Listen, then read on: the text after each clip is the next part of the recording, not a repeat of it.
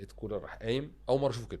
انا قلت بس هتحصل مصيبه سودا النهارده. قلت له الحقيقه كانت سابت عليه على الاوضه بتاعت بيرسي، الراجل شاف معايا مصيبه، خبط على الباب جامد قوي، فخري فتح، راح زائق فخري وراح دخل جوه الاوضه. بيرسي بقى ايه عمل فيها نايم ومغطي نفسه، شايل الغطا من عليه وراح ماسكه من هدومه وراح مقعده على السرير. لما الكوتش لا لا لا بتاعك مش يقول قادر لك اكمل، ايه لا لا ستوب ستوب، لازم انا مش قادر تجيب اكمل، اه. وقف كده. طبعا زي ما انتم عارفين ده كان مترجم النادي الاهلي كابتن خالد الجوادي، كان مترجم كولر، وكان شغال في النادي الاهلي، موظف في النادي الاهلي. كل دوره ان هو ينقل الكلام اللي بيقوله مارسيل كولر للعيبه بس. استوب لحد هنا. ده مش صانع محتوى، مش راجل يوتيوبر، مش راجل ممثل مغني مذيع. هو ملوش اي حق ان هو يطلع يفشي اسرار الفريق، لان دي مش مهنيه. مالكش اي حق تماما تطلع تقول كولر كان بيعمل كذا وتالف حوارات وبيرسي تاو كان نايم وقام خاف منه وطرد فخري بره. الكلام ده كله مش حقيقي ودي مش مهنيه. انت راجل كان كل دورك في النادي انت موظف بتترجم واحد اتنين تلاته. طب المدرب اللي احنا جايبينك تترجم كلامه مشي،